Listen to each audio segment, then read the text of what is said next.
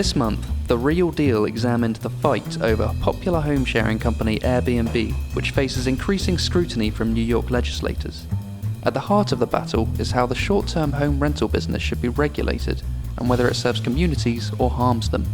State Senator Liz Krueger has been fighting illegal hoteling for close to a decade now. So really starting probably around 2006, we started to get complaints from residents in buildings throughout my district saying, suddenly there are people showing up with luggage in my lobby, having keys transferred to them, and moving into apartments for short-term 2, 3, 4, 5-day stays. And we just saw this explosion of bad activities and problems. Our response to the growing problem was to pass the law in 2010. The bill stated that an apartment in a multi-family residence of more than 2 units could not be rented out for less than 30 days. But not everyone agrees that this law makes sense.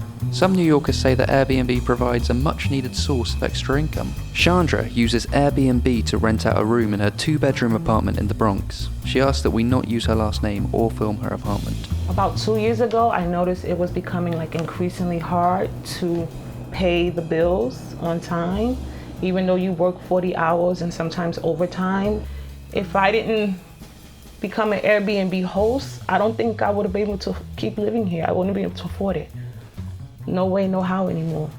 Initially, I was having strangers in my home, but then when I called Airbnb and I talked to them on customer service and they told me, these are the safety features we have in line for you, meaning anyone who stays in your house, you can request that they have to submit various ID. And then you talk to them before they actually book. One of the big concerns of politicians is how Airbnb is affecting the city's real estate market. The number one loser in this exercise are people in the city of New York who are trying to find affordable places to live and stay and are finding an ever-shrinking universe of affordable apartments that are available for lease. We are seeing geographic areas that seem to be particularly being targeted, partly because the housing stock is such that it doesn't have on-site staff. It's much easier to get away with this illegally when there's no super in the building, there's no doorman at the front door. So it disproportionately seems to be happening in the older stock, rent-regulated, affordable, smaller buildings throughout the city of New York. Catherine Wild heads the Partnership for New York City, an organization that represents many industries, including hotel owners, and she maintains that Airbnb could be beneficial for the city. The folks we know who are using Airbnb as a way to make ends meet, I think all of that suggests that this is not a hotel clientele that is competing for the most part. So you get a lot of international travelers from everywhere, from Brazil, from Mexico, Japan, Korea, China. I really think that if it wasn't for Airbnb, people wouldn't travel here. The average guest, they wouldn't be able to stay a week in a New York City hotel.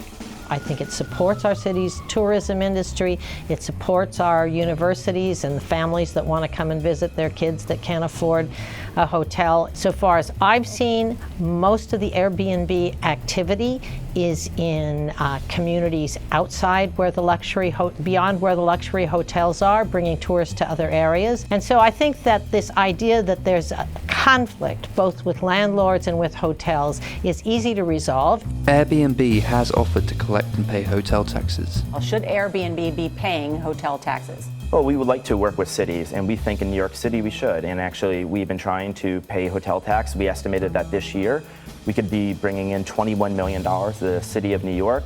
But many legislators worry about legitimizing its activities. What they're doing is bad for my city.